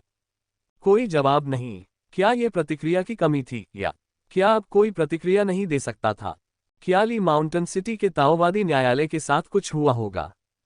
ताओवादी न्यायालय के अंतर्गत एक स्पष्ट और उज्ज्वल विश्व ये संभव नहीं हो सकता, है ना? कौन इतना दुस्साहस करने का साहस करेगा? वस्त्रधारी साधक का चेहरा आदेश देने से पहले जल की भांति स्थिर था। आदेश भेजो। एक अगरबत्ती को जलने में जितना समय लगता है, उससे पहले लियुआन शहर के सभी उपन्यायालय नेता और प्रवर्तन नेता गोल्डन कोर्ट स्टेज पर मुझसे मिलने आए। सब लोग। किसी को कोई बहाना नहीं बनाना है। एक अगरबत्ती के समय जो कोई भी आने की हिम्मत नहीं करता है, वह तुरंत ताओवादी न्यायालय से बाहर निकल जाए। ये सुनकर प्रवर्तन नेता को बहुत आश्चर्य हुआ और उन्हें पता चला कि यह मामला बहुत महत्वपूर्ण है। ये पहली बार था जब उन्होंने सामान्यतः शांत रहने वाले दरबारी नेता को इतना कठोर भाव प्रदर्शित करते देखा था। प्रवर्तन नेता ने तुरंत आदेश पारित कर दिया। जब तक धूप जलकर शांत हुई, तब तक लियुआन शहर के ताओवादी दरबार के सभी स्वर्ण कोर्ट साधक श्वेत वस्त्रधारी साधक के सामने एकत्रित हो चुके थे। उनके चेहरे पर गंभीरता और भ्रम की स्थिति थी। कोर्ट लीडर, आखिर हुआ क्या है? सफेद वस्त्रधारी साधक ने हाथ हिलाकर कहा, तुरंत मेरे साथ ली पर्वत नगर की ओर चलो। हम सब। एक उपन्यायालय नेता आश्चर्यचकित रह गया। एक क्षण सोचने के बाद सफेद वस्त्रधारी साधक ने सहजता से गोल्डन कोर्ट साधकों में से एक की ओर इशारा किया, तुम किले को संभालने के लिए पीछे रहो, बाकी सब चले जाएंगे। भीड़ एक दूसरे को आश्चर्य से देख रही थी। फिर भी उपन्यायालय नेता ये पूछे बिना नहीं रह सके, न्यायालय नेता, वास्तव में क्या हुआ? श्वेत वस्त्रधारी साधक नाराज था, फिर भी सबके हैरान चेहरों को देखकर उसने फिर भी संक्षेप में कहा, एक विशेष अनंत जीवन रून टूट गया है, हम इसे देखने जा रहे हैं। एक विशेष अनंत जीवन रून। भीड़ स्तब्ध थी और आपस में बुदा रही थी। वह क्या है? रून्स। क्या यह इतना महत्वपूर्ण है? इतनी बड़ी लामबंदी के लायक? अल्पविराम। श्वेत वस्त्रधारी किसान अवाक होकर रुक गया। आखिरकार लियुआन शहर काफी दूर था और ये स्वर्ण कोर साधक हालांकि अच्छे जन्म के थे, लेकिन ज्यादातर कम महत्वपूर्ण कुलीन कुलों और संप्रदायों से आए थे और ऐसी महान विरासतों के बारे में बहुत कम जानते थे। किसी ने संकोच से कहा, कोर्ट लीडर, क्या ये एक छोटे से मुद्दे पर इतना बड़ा बवाल नहीं है? एक अकेला रून, इतना बड़ा सौदा, जिसने दाली पर्वत राज्य की सीमा के भीतर सबसे बड़े ताओवादी न्यायालय के सभी शीर्ष गोल्डन कोर कल्टीवेटर्स को संगठित कर दिया। उप न्यायालय नेता ने भी अपनी उलझन व्यक्त की। कोर्ट लीडर, क्या यह अनंत जीवन रून वास्तव में इतना जरूरी है? श्वेत वस्त्रधारी साधक बड़ी मुश्किल से अपना क्रोध दबा पाया और केवल दांत पीसते हुए बोला, तुम सब कुछ जानते हो। मैं आपको बस इतना बता सकता हूं कि एक विशेष अनंत जीवन रून मेरे जीवन से भी ज्यादा कीमती है। बहुत ज्यादा कीमती, भारी। इन शब्दों पर सभी के चेहरे बदल गए। तभी उन्हें एहसास हुआ कि मामला उनकी सोच से कहीं अधिक गंभीर हो सकता है। बकवास बंद करो, सफेद वस्त्रधारी साधक चिल्लाया, अपने ताओवादी वस्त्र पहनो, अपने जादुई खजाने लाओ, अपनी गोलियां तैयार करो और अभी चल पड़ो। हाँ, भीड़ ने गंभीरतापूर्वक और भारी स्वर में जवाब दिया। श्वेत वस्त्रधारी किसान ने सिर हिलाया, कुछ कहने ही वाला था कि अचानक उसे कुछ महसूस हुआ। उसका दिल तेजी से धड़कने लगा और उसने घबराकर आंखें बड़ी करके आकाश की ओर देखा। उप न्यायालय नेता हिचकिचा रहे थे, दूरी की ओर इशारा करते हुए और अटकते हुए बोले, न्यायालय नेता, जब अनंत जीवन रून टूट जाता है तो क्या ये ऐसा दिखता है? सफेद वस्त्र पहने किसान ने घूमकर एक नजर डाली और उसके पैर लगभग जवाब दे गए। दूर दूर तक आकाश सुनहरी रोशनी से भरा हुआ था और उसकी उपस्थिति भयावह थी। एक और टूट गया। नहीं, सिर्फ एक नहीं। सफेद वस्त्रधारी किसान गौर से देख रहा था। दूर क्षितिज में सुनहरी रोशनी की एक किरण और लाल रोशनी की एक किरण विपरीत दिशा में खड़ी थी। यद्यपि दूर और पूरी तरह स्पष्ट नहीं, लेकिन गहन आभा स्पष्ट रूप से दो धर्म अभिव्यक्तियां थीं, और उनमें से वह रक्त छाया। क्या ये दानव पथ के स्वर्ग शून्य से थी? दानव पथ से एक अमर रून। थोड़े ही समय में दो विशेष अनंत जीवन रून और एक दानव पथ अमर रून टूट गया था। क्या वास्तव में हुआ है? श्वेत वस्त्रधारी किसान की निगाहें भय से भरी थीं। अल्पविराम। इस बीच दूर ताओवादी राज्य में केंद्रीय ताओ न्यायालय। स्वर्ग शू मंडप। एक मंडप का बुजुर्ग एक पर्यवेक्षक के साथ शतरंज खेल रहा था। पवेलियन एल्डर के बाल पूरी तरह से सफेद थे, चेहरा बूढ़ा था लेकिन उसकी आंखें गहरी थीं। सुपरवाइजर के बाल आधे सफेद थे, चेहरा जेड जैसा था और उसकी आंखों में विनम्रता थी। दोनों ने शतरंज में बारी बारी से चालें खेली। कुछ ही देर बाद दरवाजे के बाहर से तेज कदमों की आहट सुनाई दी। स्वर्ग शू मंडप का एक शिष्य दरवाजे की ओर दौड़ा, फिर अचानक रुक गया, अपने दिल की तात्कालिकता को दबाते हुए, और सम्मानपूर्वक दरवाजा खटखटाया। मंडप के बुजुर्ग ने दस्तक को अनसुना कर दिया तथा खेल को ऐसे जारी रखा जैसे कुछ हुआ ही न हो। बाहर खड़ा शिष्य अधीरता से जल रहा था, लेकिन वह केवल सम्मानपूर्वक प्रतीक्षा कर सकता था। ये देखकर कि मंडप के बुजुर्ग ने कोई जवाब नहीं दिया, पर्यवेक्षक ने अंततः फुसफुसाते हुए कहा, मंडप के बुजुर्ग। तभी मंडप के बुजुर्ग को होश आया। उन्होंने धीरे से आह भरी और शतरंज की बिसात से अपनी नजर हटाते हुए धीरे से बोले, अंदर आइए। शिष्य, मानो पवित्र ध्वनि सुन रहा हो, उत्सुक होने के बावजूद बिना कोई शोर किए हल्के कदमों से कमरे में प्रवेश कर गया। झुककर उन्होंने मंडप के बुजुर्ग को एक जेड स्लिप भेंट की और आदरपूर्वक कहा, मंडप के बुजुर्ग, गणना पूरी हो गई है।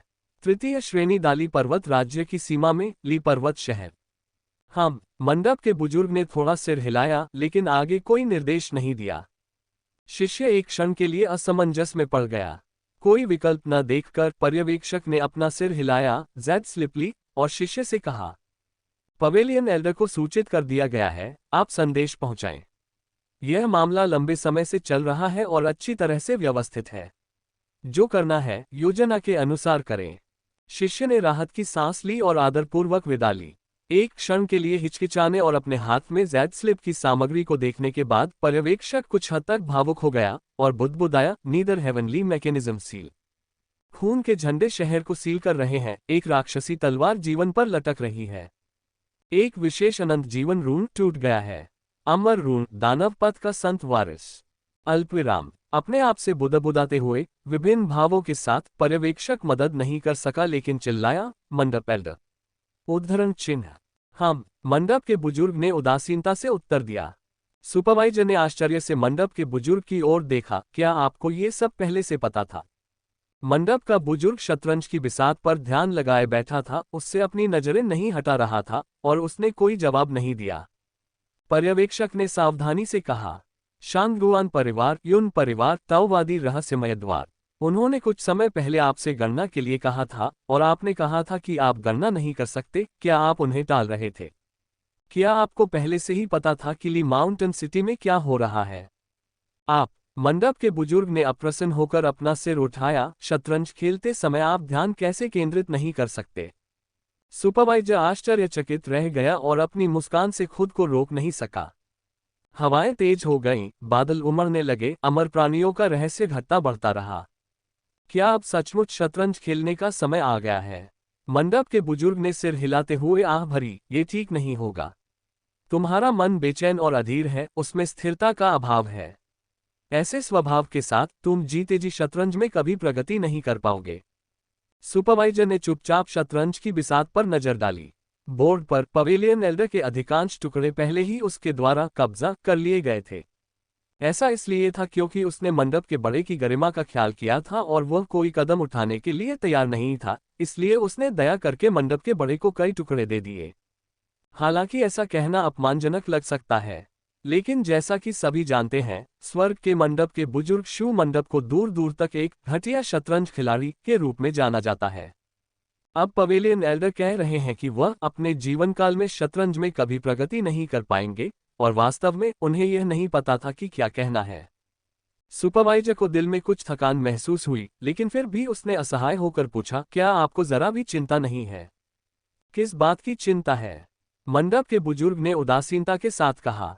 ताओवादी रहस्यमय द्वार और उनके बारे में। मंडप के बुजुर्ग की वृद्ध आंखों में अचानक ठंडक दौड़ गई।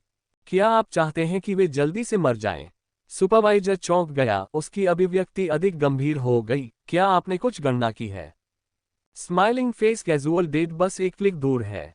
मंडप के बुजुर्ग ने शतरंज में पूरी तरह से रुचि खो दी, एक मोहरा रखा, प्रभावी रूप से अपने मोहरों के एक बड़े समूह का बलिदान किया और ठंडे स्वर में कहा, गणना न करना उनके अपने भले के लिए होगा। गणना के बिना वे अपनी मृत्यु की ओर नहीं बढ़ेंगे। धीमी गति से गणना करने पर वे धीमी गति से मरेंगे। मंडप के बुजुर्ग के शब्द गहरे अर्थ से भरे हुए थे। सुपरवाइजर की निगाहें तेज हो गईं, क्या ये सचमुच इतना खतरनाक है? मंडप के बुजुर्ग ने न तो इसकी पुष्टि की और न ही इसका खंडन किया। पर्यवेक्षक ने असमंजस में पूछा, क्या आपने शांगुआन परिवार और ताओवादी रहस्यमय द्वार के लोगों को ये सब बताया है? यह इसके लायक नहीं है। मंडप के बुजुर्ग ने अपना सिर हिलाया, बेमतलब शतरंज के मोहरों से खेलते हुए, अगर उन्हें बताया भी जाए तो भी वे यकीन नहीं करेंगे। उन्हें लग सकता है कि मैं उन्हें डराने के लिए बड़ा चढ़ाकर कह रहा हूं। उन्हें शक होगा कि मेरे कुछ छिपे इरादे हैं और वे मुझे ही दोषी ठहराएंगे। तो अगर मैं इसे विलंबित कर सकता हूं तो मैं। मंडप के बुजुर्ग ने आह भरी, मैं बूढ़ा हो रहा हूं, बूढ़ा हो रहा हूं, मैं अभी इतनी जल्दी इतनी सटीकता से गणना कैसे कर सकता हूं? फिर वे। जीवन और मृत्यु पूर्व निर्धारित हैं, प्रकृति को अपना काम करने दो, मंडप के बुजुर्ग ने उदासीनता से कहा। फिर पर्यवेक्षक की ओर देखा और धीरे से आगे कहा, एक पतंगा आग की ओर उड़ने से पहले कभी नहीं सोचता कि वह मर जाएगा। क्या आप एक पतंगे को आग में उड़ने से रोक सकते हैं? सुपरवाइजर ने भौहें चढ़ाईं, क्या यह मामला सचमुच इतना खतरनाक है? मंडप के बुजुर्ग ने चुपचाप शतरंज के मोहरे इकट्ठे किए और बोर्ड को सही जगह पर रख दिया। हर कोई शतरंज खेलने में सक्षम नहीं है और हर कोई इस खेल में नहीं खेल सकता। सुपरवाइजर ने गंभीरता से सिर हिलाकर स्वीकृति दी। मंडप के बुजुर्ग का आशय था कि यह मामला स्वर्गीय रहस्य से जुड़ा हुआ है और बहुत महत्वपूर्ण है। किसी को भी इस कीचड़ भरे पानी में आसानी से नहीं उतरना चाहिए। लेकिन सुपरवाइजर को यह भी महसूस हुआ कि पवेलियन एल्डर के शब्दों का दोहरा अर्थ था और उनमें उसके लिए भी एक संदेश छिपा था। इसका अर्थ ये था कि वह उसके साथ शतरंज खेलने के योग्य नहीं था। यद्यपि प्रिय पवेलियन एल्डर, आपके अपने शतरंज कौशल में बहुत कमी है। सुपरवाइजर ने अपना सिर हिलाया, एक पल के लिए सोचा और फिर कहा, ताओवादी दरबार सक्षम लोगों से भरा है, प्रतिभाशाली लोग हर जगह हैं, निश्चित रूप से ऐसा नहीं हो सकता। प्रतिभाशाली। मंडप के बुजुर्ग की निगाहें थोड़ी ठंडी हो गईं। प्रतिभा क्या है? इस प्रश्न से सुपरवाइजर अवाक रह गया। वह कहना चाहता था, एक उत्कृष्ट आध्यात्मिक जड़ वाला, असाधारण रूप से बुद्धिमान, असाधारण रूप से प्रतिभाशाली, आश्चर्यजनक प्रतिभा वाला, लेकिन उसके होठों तक पहुंचते ही शब्द बहुत साथी लगे। जाहिर है, पवेलियन एल्डर के शब्दों में यह अर्थ छिपा नहीं था। ऐसा लग रहा था कि मंडप के बुजुर्ग को वास्तव में पर्यवेक्षक से कोई उत्तर मिलने की उम्मीद नहीं थी, बल्कि उन्होंने दूर तक देखा और धीरे से आह भरी। अपनी स्वार्थी इच्छाओं के लिए दुनिया के लाभों को हड़पना, चाहे वह कितना भी प्रतिभाशाली क्यों न हो, किस काम का? जितने अधिक प्रतिभाशाली लोग होंगे, ताओवादी दरबार उतना ही भ्रष्ट होगा, साधना जगत उतना ही अधिक बिगड़ेगा। पर्यवेक्षक हैरान रह गया, लेकिन मंडप के बुजुर्ग ने और कुछ नहीं कहा। मंडप के ऊपर सन्नाटा छा गया। कुछ सोचने के बाद सुपरवाइजर ने फिर पूछा, पवेलियन एल्डर, मुझे अभी भी समझ नहीं आया। अगर हम सचमुच इस मुश्किल पानी में उतर गए तो खतरा कहाँ है? मंडप के बुजुर्ग ने एक रहस्यमयी निगाह से सवाल किया, हम किसके खिलाफ साजिश रच रहे हैं? सुपरवाइजर ने हिचकिचाते हुए कहा, श्री जुआंग। क्या आपको लगता है कि जुआंग उपनाम वाले उस युवक के खिलाफ साजिश करना इतना आसान है? सुपरवाइजर को आश्चर्य हुआ और फिर से भौहें चढ़ाते हुए बोले, भले ही वह उस समय असाधारण था, इतने सालों के बाद जब उसका ताओवादी आधार बिखर गया, क्या वह भी इतना परेशान करने वाला हो सकता है? मंडप के बुजुर्ग ने उपहास किया, वह अपने जीवन के अंतिम पड़ाव पर है, उसकी स्वर्गीय गुप्त गणनाएं समाप्त हो चुकी हैं, भाग्य को पलटने में असमर्थ है, अन्यथा वह इतनी बुरी स्थिति में नहीं होता। और इसके अलावा, मंडप के बुजुर्ग की आंखों में गंभीरता झलक उठी। सबसे भयावह चीज वास्तव में वह नहीं, बल्कि उसका बड़ा भाई है। सुपरवाइजर की रीढ़ में ठंडक दौड़ गई। तुम्हारा मतलब है ट्रिकी? सुपरवाइजर ने पूरा नाम बोलने से परहेज करते हुए खुद को रोक लिया, फिर अपना सिर हिलाया। ताओवादी हृदय में प्लांटिंग डेविल, इसे शीर्ष दानव पथ विरासतों में से एक नहीं माना जाता है ना? मंडप के बुजुर्ग ने उसे घूरते हुए कहा, जब तुम बड़ी बड़ी बातें करना बंद कर दोगे तो मेरी चिंता कम हो जाएगी। सुपरवाइजर कुछ हद तक निराश हो गया। मंडप के बुजुर्ग ने आह भरी, मानो कुछ याद कर रहे हो। उनकी आंखों की गहराई में घबराहट का भाव था। उनका पूरा संप्रदाय दुष्ट राक्षसों से भरा हुआ है। ज्वांग उपनाम वाला वह युवक एक है, और स्वाभाविक रूप से उसका बड़ा भाई भी एक है। एक विचार, दो विधियां, स्वर्गीय रहस्यपूर्ण कठिन गणना करने की तुलना में आप में से कोई भी ज्वांग नाम के उस युवक से आगे नहीं निकल सकता, और यदि बात खेलने की हो तो आप उसके वरिष्ठ भाई से भी कमतर हैं। जब आप ज्वांग नाम के उस युवक के खिलाफ साजिश रचते हैं तो वह भावनाओं को ध्यान में रखता है और घातक हमला नहीं करेगा। लेकिन उनके बड़े भाई की बात ही अलग है। यदि वास्तव में आपका उससे सामना हो जाए तो 10 में से 9 बार आप सभी को मौत के घाट उतार दिया जाएगा। मंडप के बुजुर्ग गंभीर दिख रहे थे। सुपरवाइजर की अभिव्यक्ति धीरे धीरे गंभीर होती गई। अल्पविराम। दाली पर्वत में स्वर्गीय क्लेश के बाद सुनहरी और लाल रोशनी एक साथ विलुप्त हो गई। संत वारिस को पूर्ण अविश्वास हुआ। मेरा अमर ऋण टूट गया। उस बदमाश जिसका उपनाम बाय है ने जीवन के बदले जीवन का व्यापार करते हुए वास्तव में मेरे जन्मजात अमर ऋण को नष्ट कर दिया है। बात है, ये सब लोग कौन हैं? क्या तुम इस तरह से एक विशेष अनंत जीवन ऋण का उपयोग करते हो, मादरचोद? यह एक अनंत जीवन ऋण है। यही जिंदगी है। क्रोध ने संत वारिस को जकड़ लिया। उसके गले में खून का एक कौर अटक गया, जिसे वह थूकने या निगलने में असमर्थ था। जंगल उजाड़ दिया गया था, जिससे चारों ओर तबाही फैल गई थी। बाय ज़िशेंग ने जब देखा कि संत वारिस की हत्या नहीं हुई है तो वह काफी निराश हुआ। तभी उसे एहसास हुआ कि इस शापित संत वारिस के पास भी अपनी जान बचाने के लिए अनंत जीवन ऋण जैसी कोई चीज थी। लेकिन ये सबके लिए एक समान था, न हानि न लाभ। बाय ज़िशेंग मोह हुआ और बाय ज़िक्सी के पक्ष में वापस चली गई। संत वारिस ने उन तीनों को जहरीली नजरों से घूरा और क्रोध से भर गए। धिक्कार है तुम पर। तुमने मेरे अमर ऋण को नष्ट कर दिया। मैं तुम्हें नहीं छोड़ूंगा। बाय ज़िशेंग ने ठंडी आवाज में कहा, आपके सभी अनुचर मर चुके हैं, आप हमारा क्या कर सकते हैं? बाय जिक्सी का अनंत जीवन ऋण टूट गया। उसके स्वर्ण शरीर धर्म चरण ने 5 स्वर्ण कोर दानव साधकों को मार डाला। बाय ज़िशेंग ने अनंत जीवन ऋण को सक्रिय करने पर जानबूझकर किसी को नहीं मारा, लेकिन धर्मचरण की आध्यात्मिक शक्ति इतनी मजबूत थी कि इसमें फंसे गोल्डन कोर दानव साधक या तो मर गए या अपंग हो गए। संत वारिस के अपने अमर ऋण के प्रभाव के कारण कुछ शेष दानव साधकों ने अपनी जान गंवा दी। दर्जन भर या उससे अधिक गोल्डन कोर दानव साधकों का लगभग पूरी तरह सफाया हो चुका था। बचे हुए 2 या 3 लोग जमीन पर पड़े थे, उनका भाग्य अज्ञात था। जब बाय ज़िशेंग ने संत वारिस से संपर्क किया तो उन्होंने पाया कि उनसे निकलने वाली आध्यात्मिक शक्ति केवल फाउंडेशन स्थापना के अंतिम चरण में थी, अभी तक गोल्डन कोर तक नहीं पहुंची थी। अपने दानव पथ के अनुचरों के बिना एक अकेला संत वारिस क्या कर सकता था?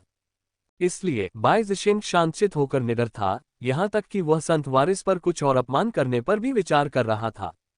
हालांकि मुहुआ ने तुरंत कहा, हमें जल्दी से निकलना होगा। बाय ज़िशेंग चौंका, लेकिन फिर उसे समझ आ गया, अब सचमुच मौखिक बहस का समय नहीं था। बाय जिक्सी ने सहमति में सिर हिलाया।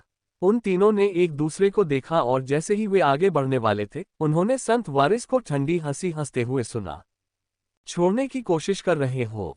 क्या तुम्हें लगता है कि तुम जा सकते हो? संत हेर की आवाज गिरने से पहले ही जंगल का माहौल अचानक बदल गया। राक्षसी क्यूई की शक्तिशाली लहरें अचानक संत वारिस के चारों ओर उतर आईं। जैसे ही राक्षसी क्यूई नष्ट हुई, उसने विभिन्न भयावह दिखने वाले राक्षस साधकों को प्रकट किया। इसके अलावा वे सभी गोल्डन कोर दानव कल्टीवेटर थे। उन्होंने एक जैसे रक्त रंग के ताओवादी वस्त्र पहने थे, जो एक ही दानव द्वार से आए प्रतीत हो रहे थे। उनका नेतृत्व करने वाला एक बूढ़ा दानव था जो स्वर्गीय जिंदान मंच पर था। उसका चेहरा झुर्रियों से भरा हुआ था। वह संत वारिस को प्रणाम करते हुए झुका हुआ था। ये दास स्वामी को बचाने के लिए देर से आया, कृपया मुझे क्षमा करें, संत वारिस। दाली पर्वत को दानव साधकों द्वारा बंद कर दिया गया था।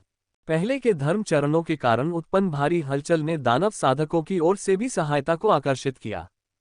20 से अधिक स्वर्ण कोर महान दानव साधक संत वारिस के पीछे खड़े थे। सभी उनके प्रति सम्मान व्यक्त कर रहे थे। संत वारिस ने एक भयंकर हंसी निकाली, फिर एक ठंडे भाव के साथ उन्होंने अपनी नजर महुआ और अन्य लोगों की ओर घुमाई। आज तुम में से कोई भी नहीं जाएगा। तुमने मेरे अमर रून को चकनाचूर कर दिया, तुम्हें इसकी कीमत चुकानी होगी। संत वारिस ने बाई ज़िशिंग और बाई ज़िक्सी की ओर देखा और व्यंग्यात्मक लहजे में कहा, पहले मैंने आपके बाई परिवार को सम्मान दिया था और आपको जाने दिया था, लेकिन आपने खुद को अधिक आंकने और मेरा विरोध करने पर जोर दिया। अब आपके अनंत जीवन के रून भी चकनाचूर हो गए हैं। स्वयं की रक्षा करने की शक्ति के बिना आप मेरे लिए केवल चॉपिंग बोर्ड पर मछली हैं। अब देखते हैं तुम कैसे बचते हो। उसकी निगाहों में क्रोध, ईर्ष्या और लालच की हल्की सी झलक थी। दानव प्रमुखों की भीड़ भयंकर रूप से देख रही थी, उनकी आंखें रक्तपिपासा से भरी हुई थीं। चाची जू ने अपने होंठ काटे और अपने पीछे खड़े 3 बच्चों को बचाया, लेकिन उसकी आकृति असाधारण रूप से कमजोर थी, उसकी सुंदर आंखें निराशा को छिपाने में असमर्थ थीं। गोल्डन कोर डायमंड कल्टीवेटर्स के सामने मोहुआ ने भी अपने होंठ भींच लिए, खुद को असहाय महसूस कर रहा था। खेती में असमानता बहुत अधिक थी, उसकी भौहें सिकुड़ी हुई थीं। वह गहरी सोच में डूबा हुआ था कि अचानक उसका चेहरा सदमे से जम गया। उसने धीरे से अपना सिर पश्चिमी प्रवेश द्वार की ओर घुमाया, उसकी आंखें कांप रही थीं, पूरे शरीर में रोंगटे खड़े हो गए। मोहुआ की प्रतिक्रिया को देखते हुए बाई जिक्सी ने भी मुड़कर देखा, लेकिन प्रवेश द्वार खाली और उजाड़ था, वहां कुछ भी नहीं था। ये देखकर संत वारिस ने उपहास किया और कुछ कहने ही वाले थे कि उनके पीछे रक्त से लथपथ वृद्ध दानव ने गंभीर भाव से बीच में ही टोक दिया, संत वारिस, कोई आ रहा है। संत वारिस का व्यवहार गंभीर हो गया, उनकी निगाहें गहरी हो गईं। चारों ओर सन्नाटा छा गया। कुछ क्षण बीते और तभी अन्य गोल्डन कोर दानव साधकों को विसंगति का आभास हुआ और उन्होंने अपना सिर घुमाकर पश्चिमी प्रवेश द्वार की ओर देखा। प्रवेश द्वार पर कोई नहीं था। कुछ देर बाद कदमों की आवाज सुनाई दी, भारी और हल्की, असमान प्रतीत हो रही थी।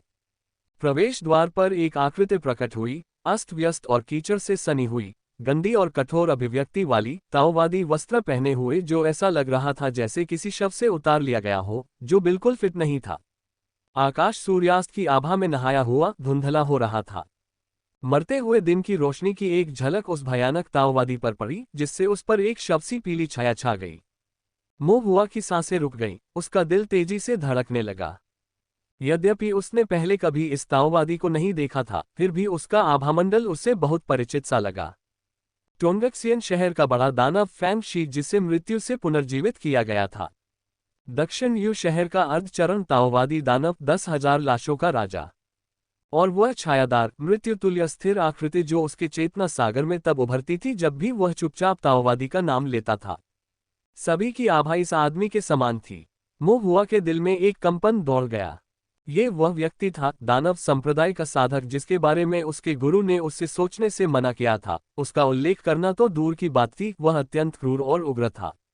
गुई ताओ के लोग। अन्यत्र स्वर्ण कोर दानव साधकों ने ताओवादी को गंभीर, उलझन से लेकर तिरस्कारपूर्ण भावों से देखा। उनमें से सभी लोग गुई ताओ के लोगों के बारे में नहीं जानते थे, लेकिन खूनी वस्त्र पहने बूढ़े राक्षस ने ऐसा किया। वह स्वर्गीय जिंदान चरण में संत वारिस का सेवक था, जिसकी वरिष्ठता और व्यापक ज्ञान था। भले ही उसने उसे अपनी आंखों से नहीं देखा था, वह दानव संप्रदाय के कुछ निषेधों के बारे में गहराई से जानकार था। गुई ताओ, ताओवादी की सम्मानजनक उपाधि कोई छोटी बात नहीं है। ये केवल उच्च साधना या जघन्य हत्याओं के लिए ही नहीं दी जाती। उनके शीर्षक शब्द गुई के बारे में तो कुछ भी नहीं कहा जा सकता। रक्त वस्त्र वाला बूढ़ा राक्षस गंभीर हो गया। वह नहीं जानता था कि गुई ताओ का इस समय अचानक प्रकट होने का क्या इरादा था, लेकिन उसने मुट्ठी बांधकर सलामी दी। पूर्ववर्ती गुई ताओ ने ऐसा व्यवहार किया जैसे उसने सुना ही न हो। उसके कदम रुके नहीं, बल्कि भीड़की और असमान गति से बढ़ रहे थे। बूढ़े राक्षस का चेहरा पत्थर सा हो गया था। एक राक्षस साधक ने उपहास किया, क्या यह आदमी गुई ताओ है? वह इतना अस्तव्यस्त क्यों दिख रहा है? भिखारी की तरह। उसकी साधना को देखते हुए वह फाउंडेशन प्रतिष्ठान से अधिक कुछ नहीं लगता। क्या वह चलती फिरती लाश हो सकती है? दिखावटी बकवास। दानव साधकों के समूह ने तिरस्कार भरी निगाहें रखीं। दाली पर्वत राज्य की सीमा एक तृतीय श्रेणी की राज्य सीमा थी, जहां स्वर्गीय दाओ ने सीमाएं निर्धारित की थीं, जिसमें गोल्डन कोर ऊपरी सीमा थी। विधर्मी राक्षसों का ये समूह स्वर्णकोर क्षेत्र में 20 से अधिक अभ्यासियों के साथ इस राज्य की सीमा में लापरवाही से घूमता था। जब तक उनके पास विशेष अनंत जीवन रून जैसी पारलौकिक वस्तुएं न हो तब तक वे चिंतामुक्त थे। लेकिन 2 अनंत जीवन रून पहले ही टूट चुके थे। स्वर्ण शरीर धर्मचरण को स्वर्गीय दाव द्वारा मिटा दिया गया था। ऐसे खजाने फीनिक्स के पंखों और गैंडे के सींगों की तरह दुर्लभ थे और यह असंभव था कि ऐसे कई खजाने हों। इसलिए इन दानव साधकों को गुई ताओ से डर नहीं लगता था। यहां तक कि उनके शब्द भी अपमानजनक थे, क्योंकि वे मानते थे कि ताओवादी उनका कुछ नहीं बिगाड़ सकते। लेकिन ये ताओवादी एक मृत व्यक्ति की तरह सब कुछ से बेखबर लग रहा था और बस आगे बढ़ता जा रहा था। उसके कदम लड़खड़ा रहे थे, उसकी रक्त कीवी समाप्त हो गई थी। बूढ़े राक्षस ने भौहें चढ़ाईं, उसके मन में संदेह पैदा हो गया। क्या ये व्यक्ति सचमुच गुई ताओ है? उन्होंने इस व्यक्ति की काफी देर तक जांच की, यहां तक कि दिव्य इंद्रियों से भी उस पर नजर डाली, लेकिन उन्हें कुछ भी असामान्य नहीं मिला। दुर्बल दिव्य विचार, दुर्बल साधना और टूटा हुआ शरीर। दानव संप्रदाय ताओवादी के पूजनीय व्यक्ति जैसा कुछ भी नहीं। क्या हम गलत हो सकते हैं? बूढ़े राक्षस ने भौहें चढ़ाईं। संत वारिस भी हिचकिचा रहे थे और उन्होंने सीधे पूछा, क्या आप गुई ताओ हैं? ताओवादी ने फिर भी कोई उत्तर नहीं दिया और अकेले ही अपने रास्ते पर चलता रहा। क्रोधित दानव साधक, जिसका चेहरा लाल था, अब और बर्दाश्त नहीं कर सका। वह भौंककर बोला, अरे ताओवादी, संत वारिस के सवाल को नजरअंदाज करने की तुम्हारी हिम्मत कैसे हुई? अभी भी कोई प्रतिक्रिया नहीं हुई। खुद को रोक पाने में असमर्थ लाल चेहरे वाला दानव साधक आगे बढ़ा और मात्र एक लात से ताओवादी को जमीन पर गिरा दिया। यद्यपि उसकी लात जोरदार नहीं थी, फिर भी उसने ताओवादी के शरीर की हड्डियां तोड़ दी। जमीन पर संघर्ष करते हुए ताओवादी ने उठने का प्रयास किया। उसके अंग असंगठित थे, मानो वह एक प्रार्थना करने वाला मेंटिस हो जिसका शरीर मुड़ा हुआ हो। यदि संदर्भ के लिए नहीं तो उसका आंकड़ा हास्यास्पद और हास्यास्पद होता। दानव साधकों का समूह जोर जोर से हंसने लगा। बाई जिशिंग और बाई जिक्सी हैरान होकर भौहें चढ़ाने लगे, लेकिन मोह हुआ अपने अंदर हंसने की हिम्मत नहीं जुटा पाया। इसके विपरीत उसकी निगाहें गहरी हो गईं और उसकी अभिव्यक्ति अधिक गंभीर हो गई। ताओवादी संघर्ष करता रहा, उसका शरीर दयनीय और विकृत था। बूढ़े राक्षस का चेहरा ठंडा और उदासीन था। संत वारिस ने ये दृश्य देखकर घृणा से मुस्कुराया। लाल चेहरे वाला दानव साधक हिम्मत से भरकर आगे बढ़ा और ताओवादी के अंगों पर बार बार पैर पटक पटक कर उन्हें तोड़ डाला। फिर, मानो अभी भी संतुष्ट न हुआ हो, उसने एक भूतिया तलवार निकाली और ताओवादी को तब तक काटता रहा जब तक वह मांस और खून का एक शत विक्षत ढेर न बन गया। एक दानव साधक ने शिकायत की, ऐसा खूनी गड़बड़ झला क्यों किया? आपके पास सचमुच बहुत ज्यादा समय है। लाल चेहरे वाले दानव साधक ने व्यंग्य किया, तुम्हें क्या पता? ये गुई ताओ है, अफवाहों का ताओवादी। क्या उसे कम से कम सम्मान के साथ मरना नहीं चाहिए? मैंने जिसे मारा है वह गुई ताओ है। लाल चेहरे वाला दानव साधक जोर से हंसा। गुई ताओ को मारने से निश्चित रूप से यश और कीर्ति प्राप्त होगी, जिसकी गूंज दानव पथ पर सुनाई देगी। अगला ताओवादी निस्संदेह मैं ही होऊंगा। बकवास बंद करो। क्या बकवास कर रहे हो? एक और राक्षस साधक ने तिरछी आंखों से गाली दी। लाल चेहरे वाले दानव साधक की पुतलियां काली पड़ गईं। तुम मुझसे सवाल कर रहे हो? इसमें सवाल करने की क्या बात है? तुम्हें लगता है कि तुम इसके लायक हो? तिरछी आंखों वाले दानव साधक ने व्यंग्य किया। लाल चेहरे वाले दानव साधक ने उसकी ओर खोखली निगाहों से देखा। क्या तुम भी ताओवादी बनने की आकांक्षा रखते हो? क्या ताओवादी? तिरछी आंखों वाले दानव साधक ने अपना विचार पूरा भी नहीं किया था कि वह अचानक कठोर हो गया। उसकी अभिव्यक्ति क्रूर थी। बकवास, कौन ताओवादी नहीं बनना चाहता है? लाल चेहरे वाले दानव साधक की आवाज भारी थी। भव्यता का भ्रम, केवल एक ही ताओवादी हो सकता है। तिरछी आंखों वाले दानव साधक का चेहरा अजीब तरह से मुड़ गया और उसने व्यंग्य किया, ये सही है और वह व्यक्ति केवल मैं ही हो सकता हूँ। क्रोधित होकर लाल चेहरे वाले दानव साधक ने अपने भूत ब्लेड से राक्षसी कीवी को काट दिया और तुरंत तिरछी आंखों वाले दानव साधक पर वार किया। तुम शापित योग्य हो। तिरछी आंखों वाले दानव साधक ने अपनी इन भूत तलवारों से वार किया। उसका शरीर उदासी की आभा से घूम रहा था और वह लाल चेहरे वाले दानव साधक पर टूट पड़ा। अगर मैं अयोग्य हूं तो तुम इस दयनीय दुष्ट को क्या योग्य बनाता है? दोनों ही क्रूरता से भरे हुए थे। उनके हथियार आपस में टकरा गए और वे मौत से लड़ने लगे, मानो कोई और मौजूद ही न हो। संत वारिस पूरी तरह से चकित थे। क्या मूर्खता है, किस बात पर लड़ रहे हो? क्या इस समय ताओवादी की उपाधि के लिए लड़ाई चल रही है? क्या उनके दिमाग सुअरों ने खा लिए हैं? रुको, संत वारिस ने अधीरता से कहा। लेकिन न केवल दोनों ने अपनी लड़ाई बंद नहीं की, बल्कि वे और भी अधिक उग्र और क्रूर हो गए। प्रत्येक वार घातक था, मानो वे दूसरे को मौत के घाट उतारने पर आमादा थे। बैकवोट। अन्य दानव साधक ठंडे उपहास के साथ लड़ाई देख रहे थे। दानव साधक स्वभाव से ही उपद्रवी थे और एक ही संप्रदाय के होने के बावजूद वे एक दूसरे के साथ सांठगांठ करके खुलेआम और छुपकर लड़ते रहते थे। अब अपने ही दो लोगों को जीवन मरण के संघर्ष में देखकर बाकी लोग उदासीन रहे। लेकिन जब दो लाल चेहरे वाले दानव साधक अपनी पूरी ताकत से लड़ रहे थे, तो गोल्डन कोर क्षेत्र की राक्षसी क्यूई उनके चारों ओर घूम रही थी, जिससे आसपास खड़े लोग भी प्रभावित हो रहे थे। क्षैतिज निशानों से भरे चेहरे और विशाल शरीर वाला एक राक्षस साधक एक क्षण के लिए लापरवाह हो गया और लाल चेहरे वाले राक्षस साधक के खूनी ब्लेड क्यूई द्वारा उसके ताओवादी वस्त्र को काट दिया गया। क्रोधित होकर राक्षस साधक चिल्लाया, कुत्ते के बच्चे, क्या तुम मौत चाहते हो? लाल चेहरे वाले दानव साधक, जिसकी आंखें पूरी तरह से काली हो गई थीं, ने कर्कश और ठंडी आवाज में राक्षस साधक की ओर देखा, जो मानवीय भावनाओं से रहित प्रतीत हो रही थी। क्या आप भी ताओवादी बनना चाहते हैं? अपनी मां के ताओवादी बनो। राक्षस साधक के चेहरे पर मौजूद कई क्षैतिज निशान बेतहाशा कांप रहे थे, साफ तौर पर गुस्से से। उसका शरीर अचानक फूल गया, उसकी मांसपेशियां गांठदार और महीन लोहे जैसी सख्त हो गईं, और उसने उफनती राक्षस क्यूई से लाल चेहरे वाले राक्षस साधक पर सीधा मुक्का मारा। लेकिन उस क्षण उसकी अभिव्यक्ति बदल गई और उसके शब्द भी। आखिर कौन ताओवादी नहीं बनना चाहता? राक्षस क्यूई से भरपूर राक्षस कल्टीवेटर भी लड़ाई में शामिल हो गया। संत वारिस ने भौहें चढ़ाईं और कठोरता से चिल्लाया, रुको। लेकिन युद्ध में उलझे कुछ लोगों ने उनकी बातों पर ध्यान नहीं दिया। इतना ही नहीं, बल्कि युद्ध से प्रभावित होकर अधिक से अधिक गोल्डन कोर दानव साधकों को अनिवार्य रूप से इस बेतुके और विचित्र नरसंहार में घसीटा गया। तभी संत वारिस को एहसास हुआ कि कुछ गड़बड़ है, और उसके दिल में एक सिहरन दौड़ गई। वह खुद को रोक नहीं सका और रक्तशोधक बूढ़े दानव की ओर देखने लगा। रक्तशोधक बूढ़े दानव की पलकें फड़कने लगीं जब वह संत वारिस की रक्षा कर रहा था और धीरे धीरे कुछ कदम पीछे हट गया। और फिर भी ये खूनी लड़ाई और अधिक अनियंत्रित होती गई। मैं एक ताओवादी हूँ। नहीं, तुम योग्य नहीं हो, मैं योग्य हूँ। तुम सबको मार डालूंगा और मैं ताओवादी बन जाऊंगा। अल्पविराम। ऐसा प्रतीत होता है कि ताओवादी शब्दों में एक जादू है जो गहरी इच्छाओं में जड़ें जमा लेता है और धीरे धीरे सभी स्वर्ण मूल दानव साधकों को अपनी ओर आकर्षित करता है। मैं रहस्यमय यिन दानव कौशल का अभ्यास करता हूँ, यिन बैनर को परिष्कृत करता हूँ, मुझे ताओवादी होना चाहिए। रहस्यमय यिन दानव कौशल बेकार है।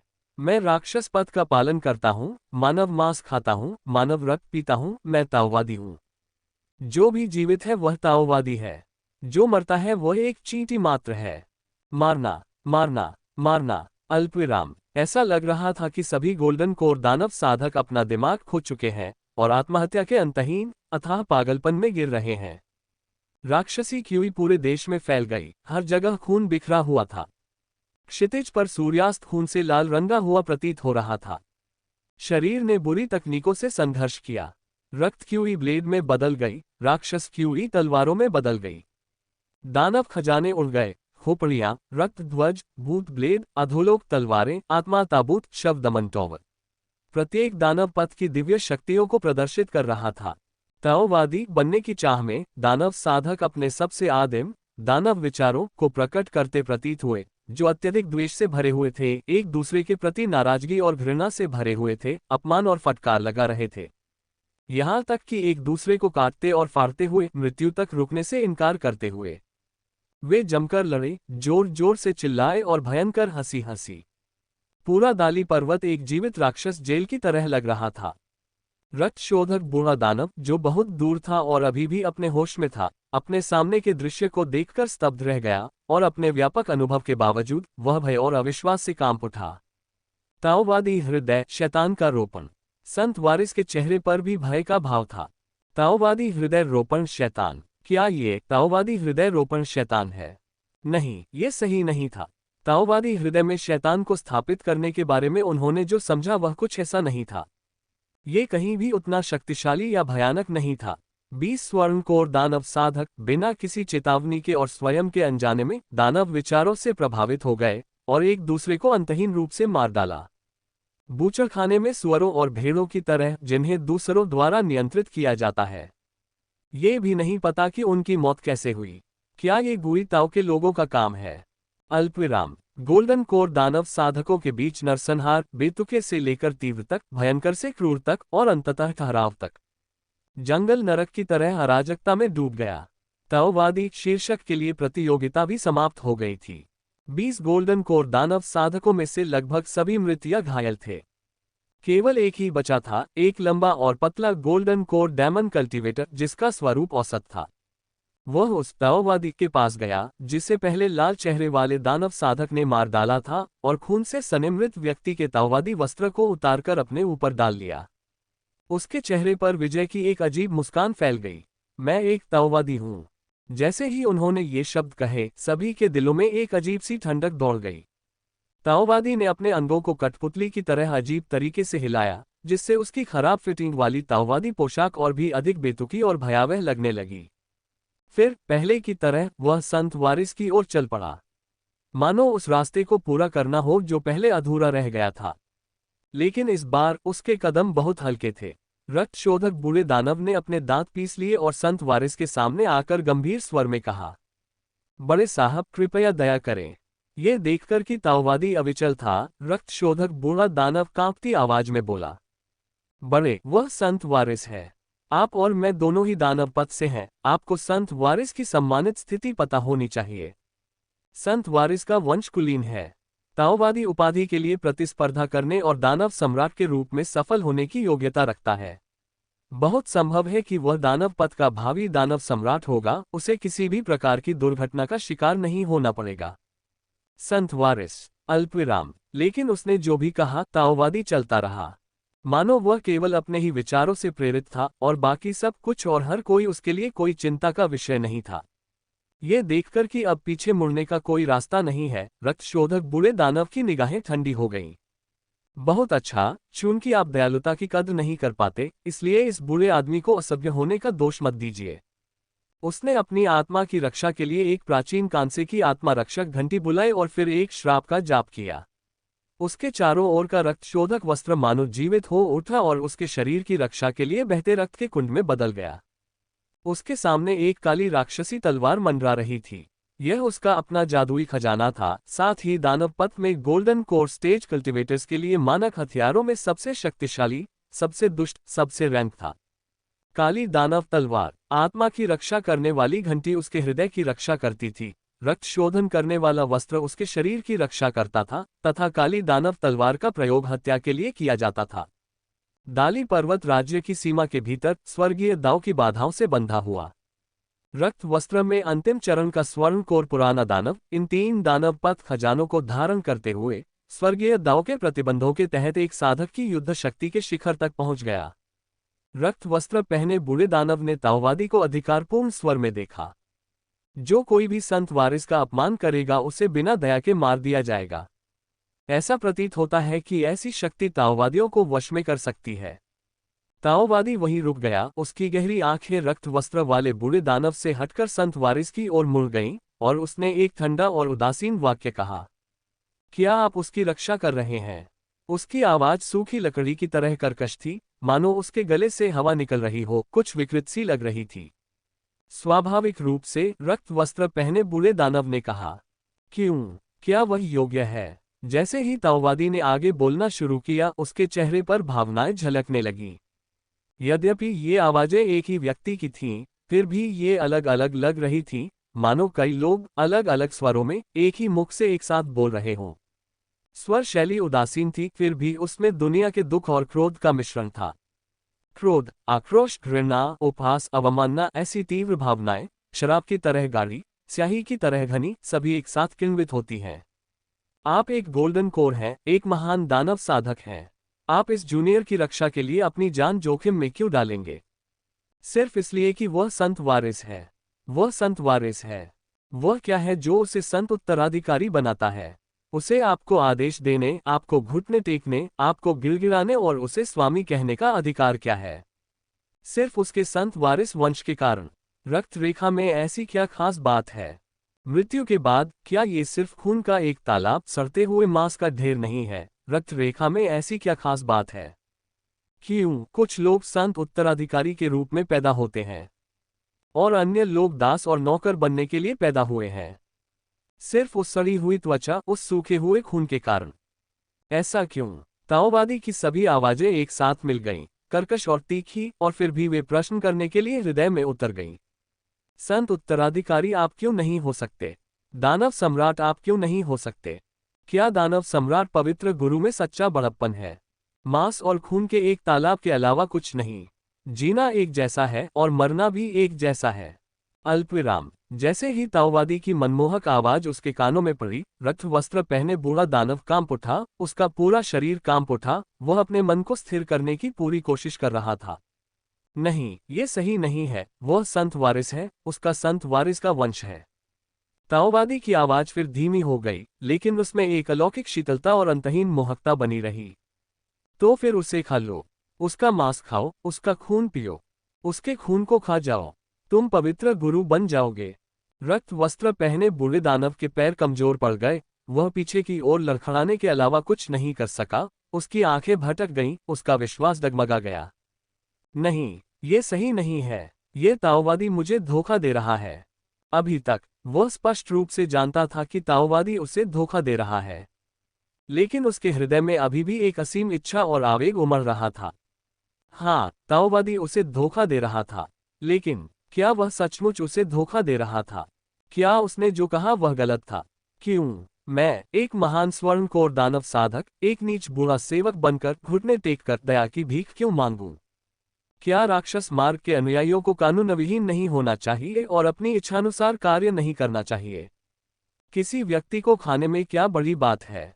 एक संत वारिस को खाना, इसमें बड़ी बात क्या है? एक झंझनाहट के साथ आत्मा की रक्षा करने वाली घंटी टूट गई। रक्त वस्त्रधारी वृद्ध दानव ने अपनी आत्मा की सुरक्षा खो दी थी। उसकी आंखों में डर झलक उठा। उसने महसूस किया कि उसकी दिव्य इंद्रिय दो भागों में विभाजित हो गई है। एक भाग में विवेक बचा है, जो जानता है कि उसे क्या नहीं करना चाहिए, और दूसरा भाग भयानक प्रवृत्तियों और इच्छाओं से भरा हुआ है। ये प्रवृत्ति उसे लालच भरी निगाहों से संत वारिस की ओर कदम दर कदम ले जा रही थी, मानो वह सचमुच चाहता हो। संत वारिस को जीवित ही खा जाओ। नहीं। रक्त वस्त्र पहने बूढ़ा दानव अपनी तर्कशक्ति से संघर्ष कर रहा था। उसे संत वारिस को नुकसान नहीं पहुंचाना चाहिए। रक्त वस्त्र पहने बूढ़े दानव की अभिव्यक्ति संघर्ष से विकृत हो गई। उसके चेहरे पर दर्द की बड़ी दरारें दिखाई देने लगीं, लेकिन अंततः उसकी चेतना थोड़ी सी लौट आई और उसने फिर से अपने शरीर को नियंत्रित करना शुरू कर दिया। लेकिन ये केवल आंशिक नियंत्रण था। उसने अपने बाएं पैर को नियंत्रित किया, जबकि उसका दाहिना पैर अभी भी संत वारिस की ओर बढ़ रहा था। वह अपने बाएं हाथ को नियंत्रित करते हुए जमीन पर गिर गया, लेकिन उसका दाहिना हाथ धरती को रगड़ता हुआ संत वारिस की ओर रेंग रहा था। रक्त वस्त्र में बूढ़ा दानव चाहे कितनी भी विचित्रता से संघर्ष करता, वह स्वयं को नियंत्रित नहीं कर सका। कदम दर कदम वह संत वारिस के करीब पहुंच गया, और जैसे जैसे वह संत वारिस के करीब आता गया, उसके दिल में हत्या की मंशा उतनी ही मजबूत होती गई, भूख भी उतनी ही गहरी होती गई। और संत वारिस मूर्खता से डर गए थे, वहीं निश्चल खड़े थे। मुझे संत वारिस को कोई नुकसान नहीं पहुंचाना चाहिए। संत उत्तराधिकारी महान हैं और उन्हें कोई नुकसान नहीं पहुंचना चाहिए। कठोर हृदय से रक्त वस्त्रधारी वृद्ध दानव ने क्रोध में उसकी शिरोबिंदुओं को काट डाला, जिससे उसके हाथ और पैर अपंग हो गए। लेकिन एक गोल्डन कोर के रूप में कटे हुए मेरिडियन और अपंग अंगों के साथ भी उसके पास अभी भी रक्त क्यूई, राक्षसी क्यूई, उसका अपना जादुई खजाना था। जब तक वह जीवित रहेगा, संत वारिस निश्चित रूप से मर जाएगा। रक्त वस्त्र पहने बूढ़े दानव के चेहरे पर निराशा दिखाई दी। क्या ये गुई ताओ के लोगों का काम है? उसने संत वारिस की ओर देखा, एक शोकपूर्ण मुस्कान दी, और फिर एक भयंकर नजर के साथ उसने अपनी उंगलियों से पंजे बनाए, उसके हृदय की मेरिडियन को काट दिया, जबकि उसकी आध्यात्मिक शक्ति को उलट दिया, उसके स्वर्णिम कोर को नष्ट कर दिया। गोल्डन कोर बहुत जोर से फट गया। एक क्षण में राक्षसी क्यूई उमड़ पड़ी और आकाश में रक्त का कोहरा छा गया। रक्त वस्त्र पहने वृद्ध दानव ने अपने शरीर में आत्मा विनाश की शक्ति समाहित कर रखी थी, ताकि संत वारिस को कोई नुकसान न पहुंचे। इस प्रकार रक्त का कोहरा घना था और गति प्रचंड थी, लेकिन मुक्त हुई शक्ति प्रबल नहीं थी। रक्त वस्त्रधारी बूढ़ा दानव मर गया। वहां उपस्थित सभी लोग बहुत हैरान थे। गुई ताओ के लोग अप्रभावित रहे तथा रक्त वस्त्रधारी वृद्ध दानव की मृत्यु के प्रति तिरस्कार प्रदर्शित करते रहे। मरने के लिए पर्याप्त बहादुर, लेकिन प्रकृति के गुलाम होने के कारण विद्रोह करने के लिए नहीं। ऐसा कहकर वह संत वारिस की ओर चल पड़ा। उसकी निगाहें उदासीन थीं, मानो वह तलछट को देख रहा हो। मानो संत वारिस जैसा महान व्यक्ति सड़ी हुई हड्डियों और सड़े हुए मांस के ढेर से अधिक कुछ नहीं था।